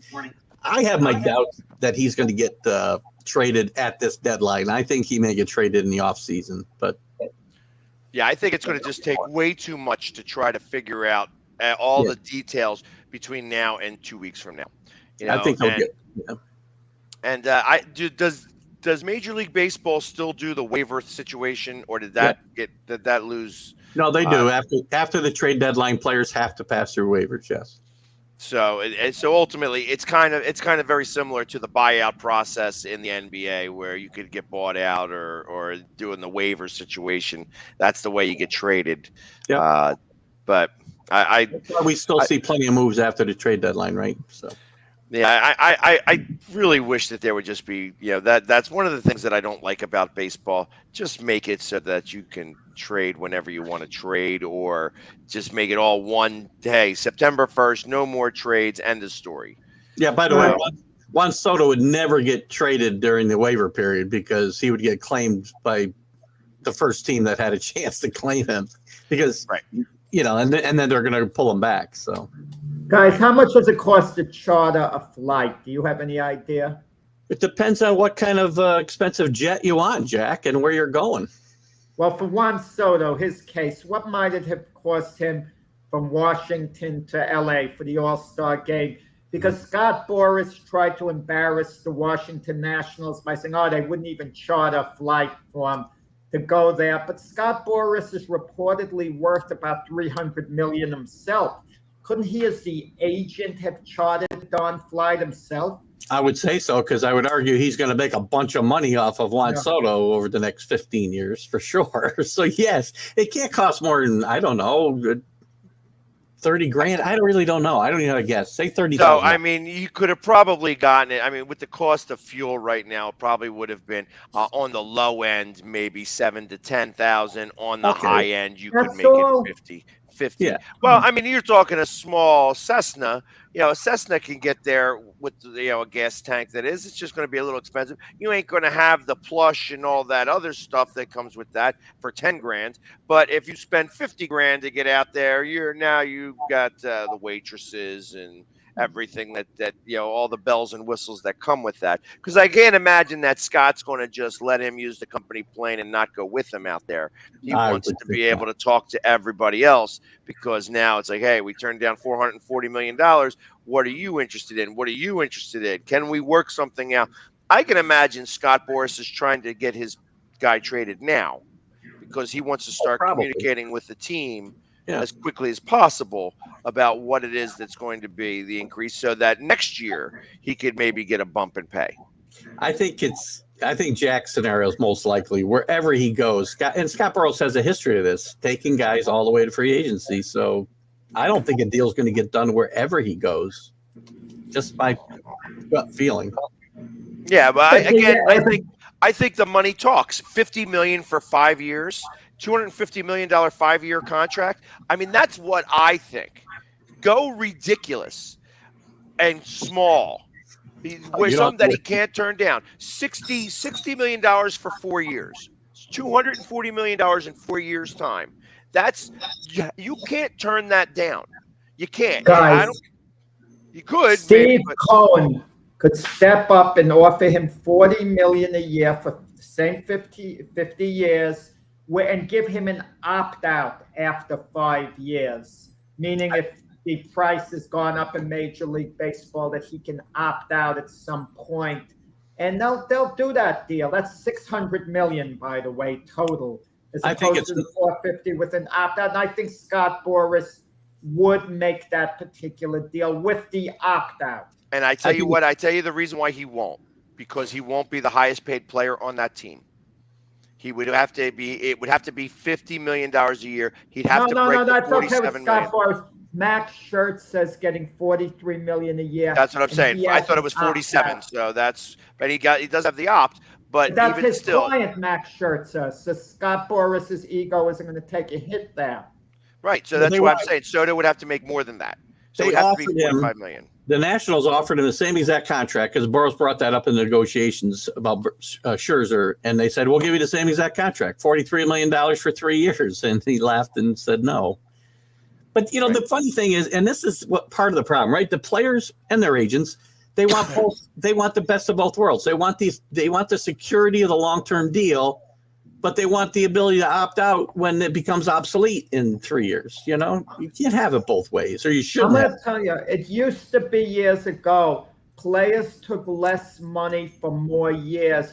I remember, and don't laugh at the total, Chris Chambliss, after the Yankees won the pennant in 1976, when he hit that famous home run to get him into the series, he signed for 5 years, don't laugh, a total of $875,000, yeah. $175 a year, and he said, I probably could have gotten more, but I wanted the security of having extra years, a couple extra years. With no opt-out. And now guys want more money if you're going to give them extra years. It's insane. Shame on these teams. So a part of me, Keith, even though you and I have both been critical of the Yankees to an extent, how they've handled the Aaron Judge thing, a certain part of me likes what they're doing as well. They're holding the line. Enough of this nonsense, finally. I just wish they wouldn't do it with Aaron Judge. Do it with anyone else but Aaron Judge. Well, my biggest problem there is I don't disagree, maybe hold the line, but the problem is they're going to hold the line with Aaron Judge, but then go give the money to somebody else. Yeah. That's what'll happen, and that's what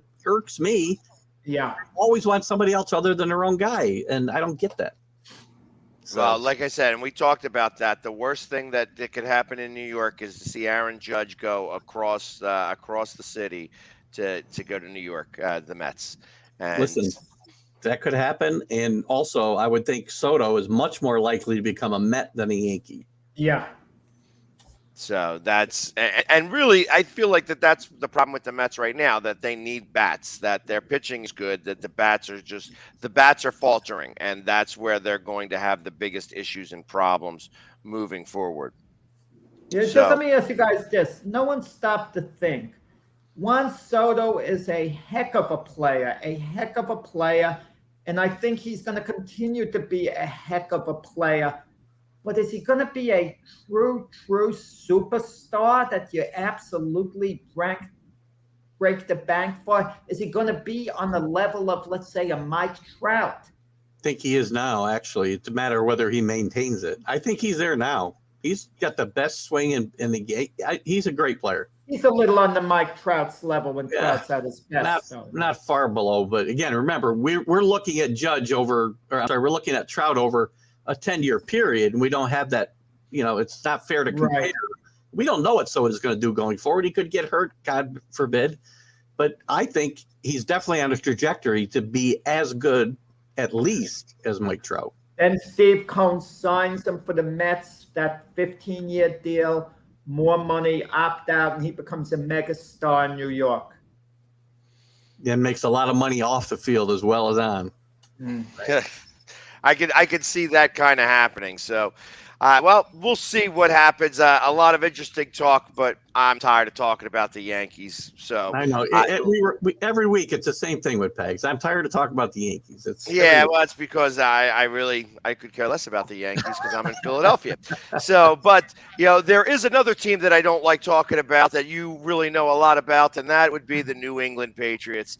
And again, on our started up this morning, we did touch base a little bit that they've decided to not name an offensive and defensive coordinator, and you said mostly because they're too cheap, that he have to save that Robert Kraft wants to save the money for all those massages that he was getting.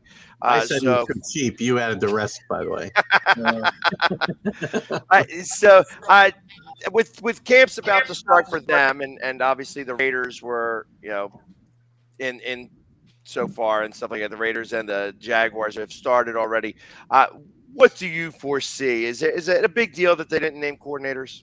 No, I mean, they've done this before. Bill O'Brien, when he took over for McDaniel previously, when he went and became the head coach of Denver, he took over the duties, but never got the title again because they didn't want to pay him. You pay for the title, and they can save $1 million not paying him the offensive coordinator position. So no, I don't think this is a big deal as long as it's clear who the guy is that's the offensive coordinator without the title, right? You and I talked about it this morning. I don't think you can mix these roles. I don't know. The 49ers have done it with some success with a running game coordinator and a passing game coordinator. But at the end of the day, Bill Belichick's got the final say on these things anyway. So I'm more worried about the defense than the offense. I think the offense will be fine no matter who's calling the plays because of the players that are going to be executing them. On the defensive side of the ball, I'm hoping he leans a little more on Gerard Mayo and less on his son, Steve. So, well, and I understand the defense was really the hitch in the giddy up last year. Obviously, watching that playoff game where I think Buffalo scored 4 more touchdowns just in the last few minutes. They did. It just came over the wire. Yes. Yeah. So like I said, I like a couple of players on that defense that.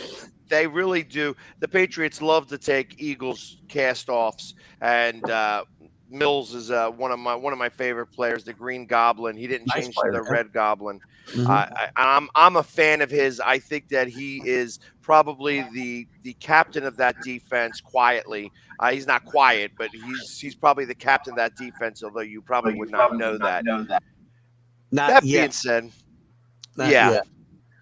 that being said, that's one of the weakest spots on that defense is that corner position because Malcolm Butler and Mills are your lead cornerbacks right now.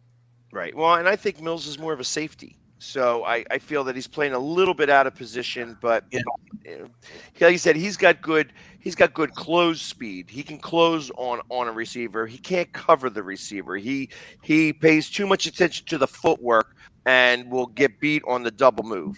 And that's one of his weaknesses. That's why I feel like a safety is a better spot for him because he's able to close on a ball rather than stay with somebody. Yeah, the problem there is they're very deep at the safety position with Duggar and McCourty and Adrian Phillips and Peppers, who they picked up from the Giants. So McCourty's no longer there. One of the McCourty brothers just retired. That was his brother, Jason, out of Miami. Yeah. Right. Yeah. So he's the new guy for Good Morning Football or something like that on the NFL Network. Do you see maybe your quarterback taking a step backwards? Not necessarily step backwards, but maybe going for the sophomore slump that used to happen all the time. It's kind of not talked about as much anymore, but sophomore slumps are real things. No, look, it's always a possibility. I don't think it's going to happen because I do believe that he's got another year of learning the system. If it's the same system, he's got more weapons around him than he had before. With Parker coming in here, who decided to take N'Keal Harry's number, by the way. Just I don't know if I would do that, but he decided to take the number 1. And the running game, I think, if they stay healthy, is going to be very, very good. And if they can run the ball and control the ball and give him opportunities in the play action game, that's where Mac Jones is going to really excel.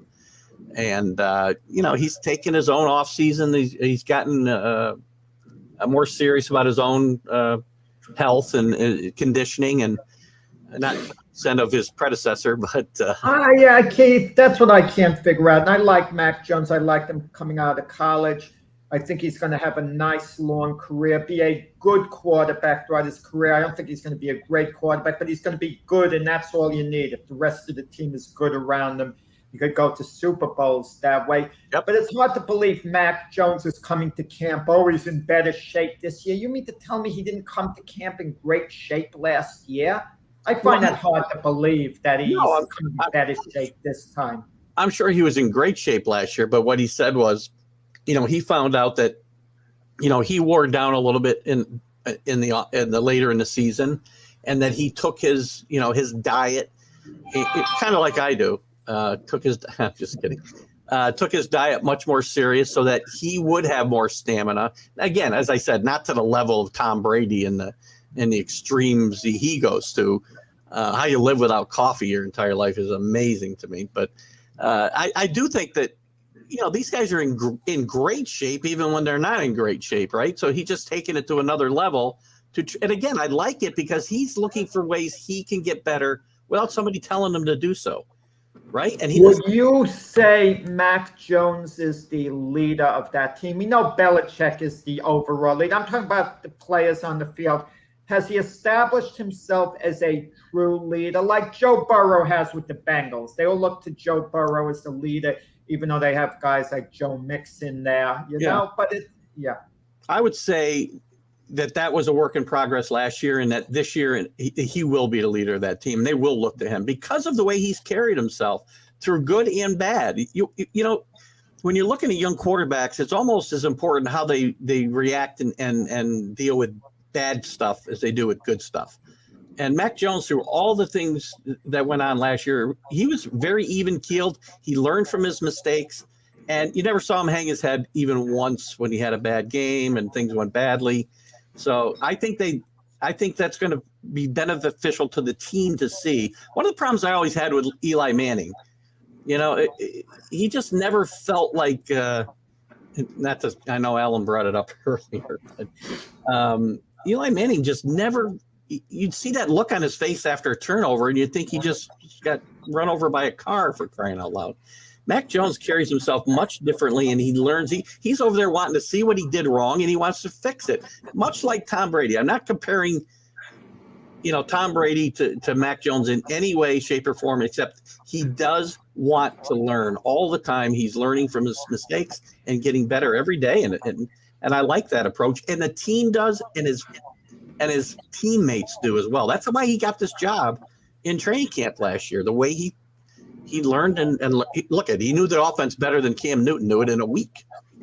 Yeah, but you know what? It's interesting. Okay, so last year he had the battle for the job. We didn't know who was going to win it. Eventually, Belichick settled on Mac Jones, even though it seemed to be 50-50 for a while. But the bottom line is Belichick drafted a quarterback in the 4th round. And it has to be in the back of Mac Jones's mind. I could have used another offensive lineman. I could have used another tight end. I could have used another wide receiver. There's still some value in the 4th round. Most 4th round picks do make the team. Okay, they do make the team. And he selected a quarterback, Belichick, especially when you have a guy as young as Mac Jones. I was intrigued by that. Well, it was an interesting pick. I turned my head a little bit as well, but I think Mac Jones, again, he's a team guy, and I think he believes that Bill Belichick knows a little bit about what he's doing. Sometimes he's had some issues in the draft, as we all know, but he knows how to build a football team. And they're going to need a backup quarterback at some point. And it's not like this is the first time they've done this. They've done this through the years, going back to when Drew Bledsoe was a quarterback, and they drafted Michael Bishop out of Kansas State. They drafted a few guys in the first 4 rounds, including Jimmy Garoppolo, by the way, in the 3rd round. I don't read too much into it. I mean, I don't think he's going to be thinking about that. And by the way, he may be the backup quarterback over your favorite clipboard carrier there in New England, Jack. Brian Hoyer. Yeah. So let me ask this question.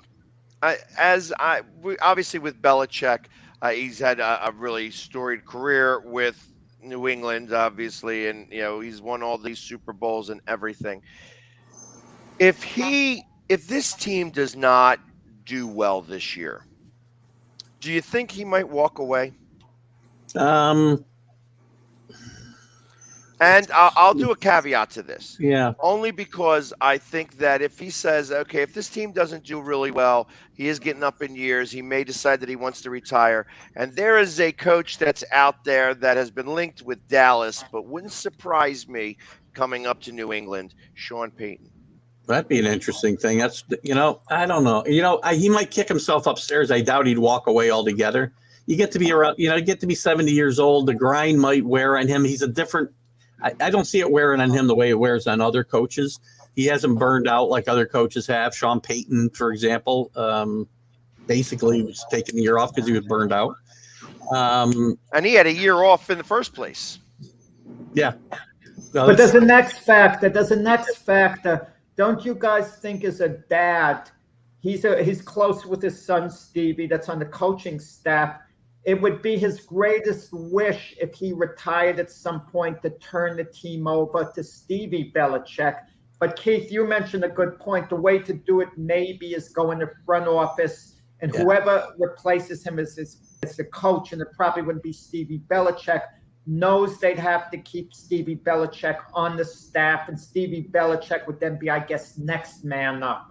Yeah, and both his sons are on the staff, by the way. I'm trying to think of the other kid's name. They're not as high a profile a job, but they're both on his staff, and that would probably be a factor as well. He's going to walk away. I always hear, Belichick's in trouble. We saw an article earlier in the summer, late spring, where Bob Kraft put him on notice that we better do well in the draft. We better do this. We better do that. And people took it to say, well, if he has a bad year, he's going to get fired. Bill Belichick's never getting fired in New England. Never. He'll leave on his own accord whenever he does go. And that could come anytime. I mean, he could win. I think he's got a burning desire to win a Super Bowl without Tom Brady, though. So it would have to be a really bad year for him to walk away. So, and is it not the same if he kicks himself, where you say he kicks himself upstairs to become the general manager in total, the general manager and probably president? He's probably the president of operations right now, and have his sons be the ones that are, the head coach of this team. So he's kind of still got both of end all be all, really. Yeah, Keith, it works in a strange way. You mentioned the point about winning a Super Bowl without Brady. If he goes to the front office and he's in charge of football operations and the Patriots win a Super Bowl, it might be perceived the same way. Case in point, Phil Jackson coming to the Knicks. For the people who want to say that he's overrated and only won with Jordan and Kobe, they'll say, look what Phil did with the Knicks. He was a complete flame out, but he technically wasn't the coach of the Knicks. Right. Well, no, I don't think it would be looked at the same if he was in the front office and not on the sideline if they won a Super Bowl. I just don't. He'd get the ring the same way. He would. If he put the team together, everyone would know Belichick put the team completely together. Agreed. Well, he did that, but he does that now. He still does that now and coaches. So, this is his team. Don't, as Peg kind of said earlier, a few minutes ago, whatever his title is, he has the last say on everything that happens there. Everything. Player personnel, everything. So all he'd be doing was taking one of his titles away, and that's the head coach. And I think it would diminish, again, it's still a great accomplishment, yes. But I think in his mind, it would diminish it if he wasn't on the sideline during that Super Bowl victory. But what type of season would it have to take for him to kind of make some of those decisions? I mean, obviously they went 10-7 last year and then lost in the first round of the playoffs, but he made it to the playoffs in a season that nobody expected him to go to the playoffs. Yeah. Now this year they had a fairly simple schedule last year. This year the schedule is going to be a little bit more difficult, and that these teams are going to be gunning for him. They fit them. These other teams smell blood in the water when it comes to the Patriots, and the Patriots have beaten them for so long a time that it's like I kind of feel like that some of these teams, these lesser teams, are going to be. This is going to be like their Super Bowl, where we finally get back some payback to Bill. And my expectation is that they're going to lose some games that they are suspected to win. Is it possible? Could you possibly see a swoon here on the Patriots that gives them maybe a 5-12 record, 6-11? Always possible. I mean, I don't think last year's record was an aberration. I think that team played well enough to win that, and maybe even a game or two more where they blow games like the Dallas game early. Could they step back? Yes. Teams do it all the time. I look at, Bill Parcells when he first came to the Patriots. His second season, they won 10 games, went to the playoffs. And the year after that, they fell backwards and won 5 or 6 games. And then they got better again. But so teams sometimes will take that step backwards. Young teams with young quarterbacks, it could happen. I don't foresee it happening, but anything could. The division's going to be much better. Pax, I disagree. I disagree with your statement. And I know Keith agreed with it about teams gunning for the Patriots. I think there are too many other teams that the perception is they've passed the Patriots, who the teams are gunning for. They're gunning for the Buffalo Bills. They're gunning for the Tampa Bay Buccaneers. They're gunning for the Rams, teams like that. Yeah. I don't think the Patriots, they're not top of the list any longer in that sense. Even the Jets, I think they'd be gunning for Miami a little, as much as they would New England, and Buffalo the same way. I don't think New England stands out the way they did before. Yeah, I don't disagree with that. Just partly because of who's coaching or running those teams, and the Patriots falling back a little bit, obviously. So I don't disagree with that. And back to the question about what it would take him to step away. I think not just performance on the field, but I don't think it'll be somebody like Sean Payton that comes in there. I think he's going to need to say, I got a guy that's going to walk away. Let's just use Gerard Mayo for an example. He's a really good coach, and he's probably going to be a head coach in the next year or two in the NFL. And if he were to decide, Gerard Mayo's the future of this organization, I need to step away or I'm going to lose him. He didn't do it with McDaniel because he wasn't ready to step away, obviously. But if he's kind of on the edge and teetering, and he's got a coach that he thinks he wants to step in and can potentially do as good a job or even better, given the state of the game and his where he is in his life, that's the type of thing I think that will make him kick himself upstairs. Not guys, just but Kate, why are we assuming this is 100% Belichick's decision? Let's say Belichick is a stubborn old guy who wants to do this until he drops, okay? Robert Kraft, who's an older guy himself, isn't going to have patience on any type of rebuild, I don't think. Isn't it possible, even if Belichick wants to stay on, Kraft might just fire him if what Pax says happens? Not that Pax is predicting it happens. If it did happen, they do go 5-10, 6-11 in that range. Isn't it possible that Robert Kraft is just going to say, we have to move on, we have to start a new era? So even if Belichick wants to stay, isn't it possible he's going to get let go? Look, anything's possible, but I would ask you to tell me one coach who's won 3-4 Super Bowls has ever not walked away on his own volition. Name one. Nobody. The Eagles moved on from Doug Peterson not long after the Super Bowl, but it was big in Philly. It was off the chart. I'm talking about guys who have I'm talking about iconic coaches: Chuck Noll, Bill Walsh, Joe Gibbs, Bill Parcells. These guys have never been fired. They've always. These guys didn't push it out to the point where they were having losing seasons. That was kind of dragging on. I'm not saying that maybe they shouldn't have walked away sooner and that Bill Belichick won't stay longer than he should. But I will continue to say forever he will leave on his own volition. Name a guy. He deserves to. He deserves to. Lombardi left on his own in Green Bay. They had won 2 Super Bowls in a row. But what happened to Vince Lombardi? Look, I'll give you a better example. Tom Coughlin won 2 Super Bowls. They started losing. He didn't go out on his own terms. He wanted to stay on as coach. I don't think the Maras are very patient individuals. Tom Coughlin, 2 Super Bowls or not, does not fit on the list I just gave you. Does not fit.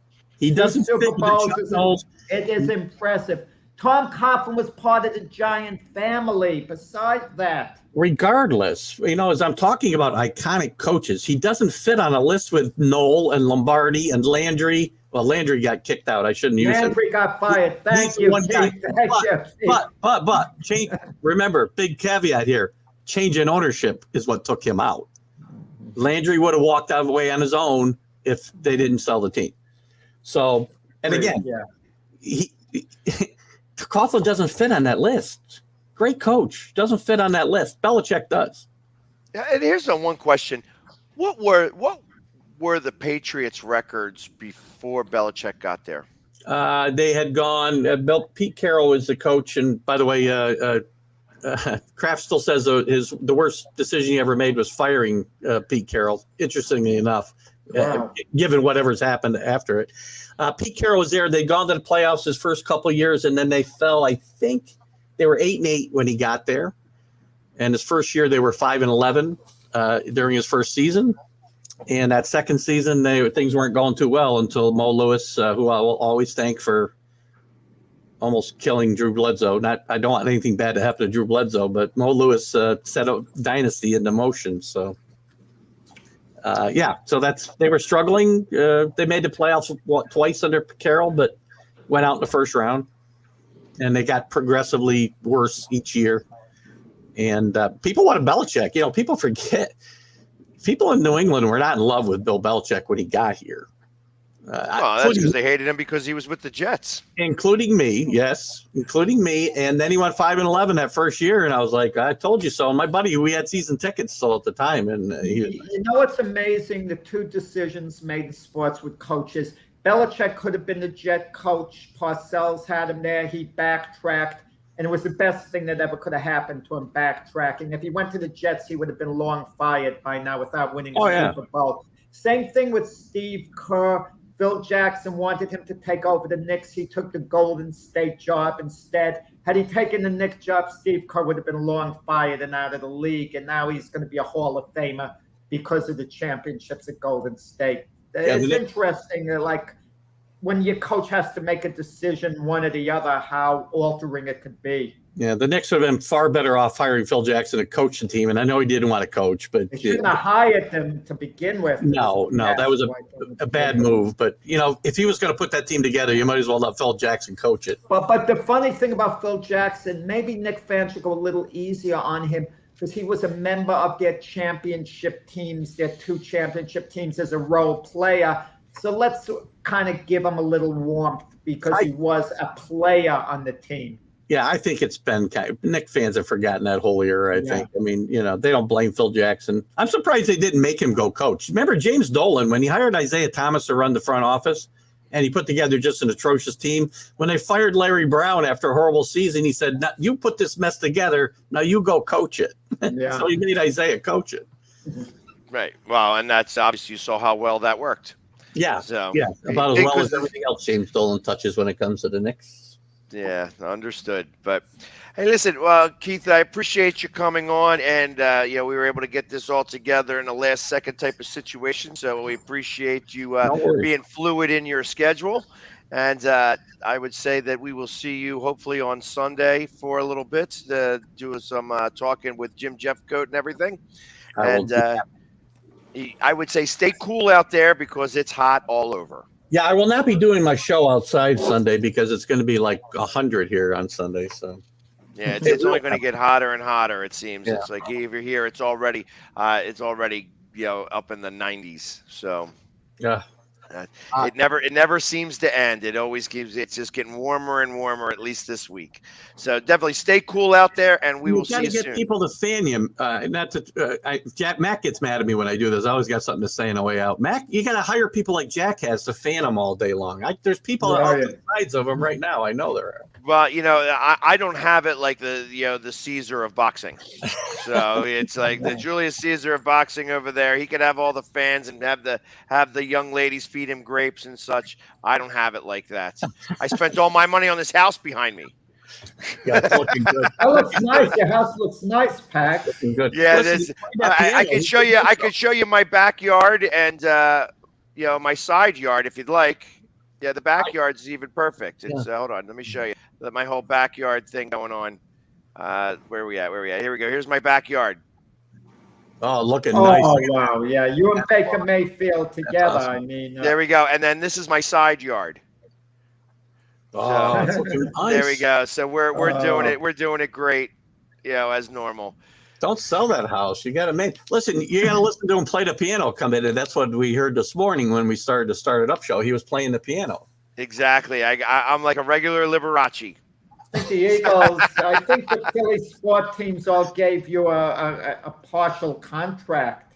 Yeah, I wish mean, that would be for real. So Scott Boras is your agent. He'd take you all the way to free agency where you'd sign with the Jets and be in the stands for them. Except he doesn't do football. He's only a baseball guy. So they could sign me. Correct. They could sign me with the Marlins. I'll take even a small contract down there. I would do just as well. But my heart's in Philadelphia. But it doesn't matter as you found out with the NHL. It doesn't matter if you want to play for a Philly team. Sometimes they just don't want you.